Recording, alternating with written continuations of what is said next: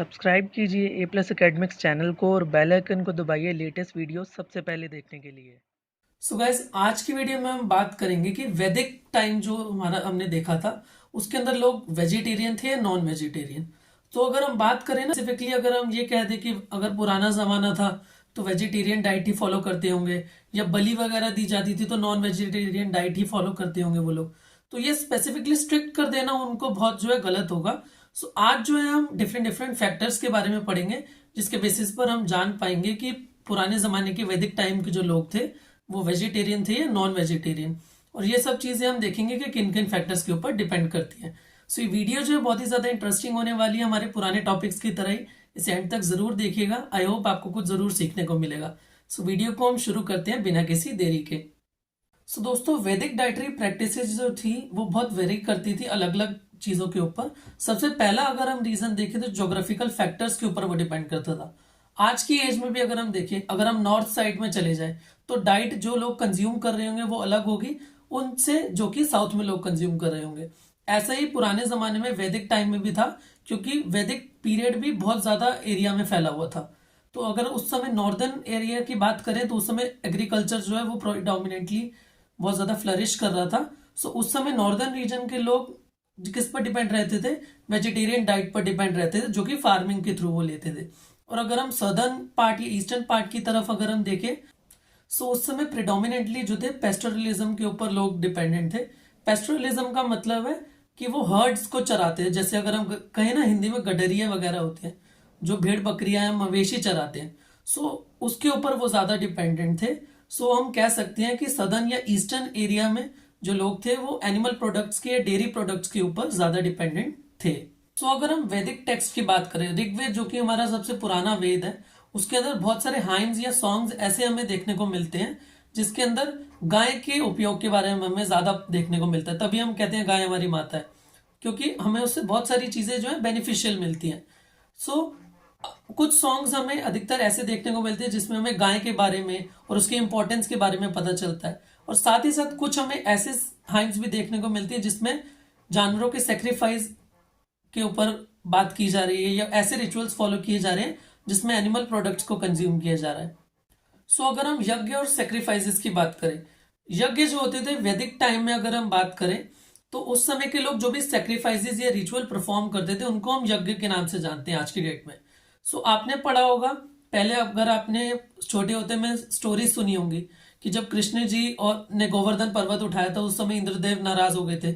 और क्यों हो गए थे? क्योंकि जो ऑफरिंग्स उन्हें दी जाती थी वो उन्होंने रोक दी थी। सो यही जो ऑफरिंग है यज्ञ में परफॉर्म की जाती थी, जिसमें हम देवी देवताओं को ऑफरिंग्स दिया करते थे कि फ्रूट्स हो गए, वेजिटेबल्स हो गए, एनिमल्स के सेक्रीफाइस हो गए।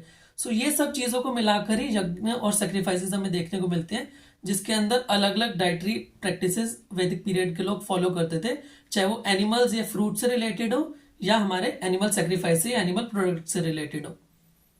सो दोस्तों, कास्ट सिस्टम का भी बहुत बड़ा इन्फ्लुएंस रहा है वैदिक टाइम में लोगों की डाइट पर। अगर हम ब्राह्मण्स की बात करें, सपोज ब्राह्मण जो है वो पंडित वाली क्लास मानी जाती है, जिसमें उनका काम होता है कि वो लोगों के स्पिरिचुअल टेक्स्ट जो है हमारे भगवान के या हमारे वेदों में लिखे हुए उनको लोगों तक पहुंचाए। सो उसके अंदर उनसे ये एक्सपेक्ट किया जाता था कि वो स्ट्रिक्टली वेजिटेरियन डाइट फॉलो करे। सो दूसरी कास्ट की अगर हम बात करें, सो कुछ लोगों का पेशा अगर मान लीजिए ऐसा है जिसके अंदर उनको ज्यादा एनर्जी की जरूरत है, तो उनके लिए क्या है, एनिमल प्रोडक्ट्स अवेलेबल है। सो अगर हम पहलवानी की बात करें, पहलवानों में भी बहुत ज्यादा वेजिटेरियन डाइट फॉलो की जाती है, लेकिन अधिकतर लोग ऐसे भी हैं जो नॉन वेजिटेरियन डाइट भी फॉलो करते हैं। सो ये डिपेंड करता है कि काम पर, कि वो किस तरीके का काम किया करते थे, उसके अंदर कितनी एनर्जी उनको लगा करती थी। सो इसके बेसिस पर भी उनकी डाइट जो है वो तय होती थी कि वो किस तरीके का खाना खाएंगे या वो किस तरीके का काम कर रहे हैं। सो दोस्तों, नॉन वायलेंस और अहिंसा का कंसेप्ट भी अगर हम देखें वो हिंदुइज्म में सबसे ज्यादा देखने को मिलता है, जिसके अंदर वो बात करते हैं कि कंपैशन टुवर्ड्स लिविंग बींग्स, जिसके अंदर हमें पता चलता है कि इंसानों से, लिविंग थिंग्स की तरफ प्यार करो। सो उसके वजह से भी क्या था कि लोगों ने वेजिटेरियन डाइट को भी फॉलो करना शुरू किया एनिमल्स की डाइट्स को छोड़कर। और आज के समय भी अगर आप देखेंगे तो वीगन डाइट, जैसे कि हम बहुत ज्यादा वेस्टर्न कल्चर को फॉलो कर रहे हैं, उसके ऊपर डिपेंड करती है कि हमें जितना ज्यादा हो सके लिविंग थिंग्स की तरफ कंपैशनेट रहना है, उनको नुकसान नहीं पहुंचाना है। एंड आर्कियोलॉजिकल एविडेंसेस की भी अगर हम बात करें तो कई सारे एक्सकेवेशंस में ऐसे फूड आइटम्स भी मिले हैं या उनके रिमेन्स मिले हैं जिसके अंदर एनिमल या फूड प्रोडक्ट्स भी दोनों को ही यूज किया गया है। अगर हम मोटे मोटे तौर पर अगर हम बात करें ना कि किस तरीके की डाइट वो फॉलो करते थे, इसका सबसे ज्यादा इन्फ्लुएंस जो है इस बात पर भी डिपेंड करता है कि खाने बनाने की टेक्निक्स किस तरीके की इस्तेमाल की जा रही थी या डेवलपमेंट कैसा हो रहा था उन टेक्निक्स का। सपोज हम मान लीजिए अगर हमें चिकन बनाना है या मीट प्रोडक्ट्स बनाना है, उनको पकने में ज्यादा टाइम लगता है। जिन जिन टेक्निक्स का हम इस्तेमाल करेंगे उसके अंदर आग का इस्तेमाल ज्यादा होना चाहिए। अगर हम चिकन बना रहे हैं तो उसके अंदर आग हमारी ज्यादा यूज हो रही है और ज्यादा देर तक उसे पकाना होगा। और अगर हम वेजिटेबल्स या फूड प्रोडक्ट्स ऐसे बना रहे हैं जिसके अंदर एनिमल्स का यूज नहीं हो रहा है या एनिमल प्रोडक्ट्स का यूज नहीं हो रहा है, उसको पकने में जल्दी वो पक जाएंगे। इस बात पर भी बहुत ज्यादा डिपेंडेंट उस समय की डाइट रहती थी। और आने वाले समय के साथ साथ वैदिक टाइम के बाद जैसे जैसे खाने की चॉइसेस डेवलप हो रही थी लोगों में या फूड आइटम्स के बारे में पता चल रहा था, उसके बेसिस पर भी लोगों ने ये सब चीजों को देख करके डिसाइड किया कि दोनों तरीके की डाइट हमें लेकर चलनी है। चाहे वो फूड आइटम में अगर हम वेजिटेबल्स ले लें या फ्रूट्स ले लें, और एनिमल प्रोडक्ट्स को भी हमें साथ में लेकर चलना है, जिसको ही हम आज की डेट में बैलेंस डाइट के नाम से जानते हैं। आई होप आपको ये वीडियो पसंद आई होगी। अगर आप चाहते हैं कि इससे रिलेटेड और भी टॉपिक्स पर मैं वीडियो बनाऊं तो आप हमें कमेंट सेक्शन में जरूर बताइएगा और हमें ये भी बताइएगा कि आपको ये वीडियो कैसी लगी।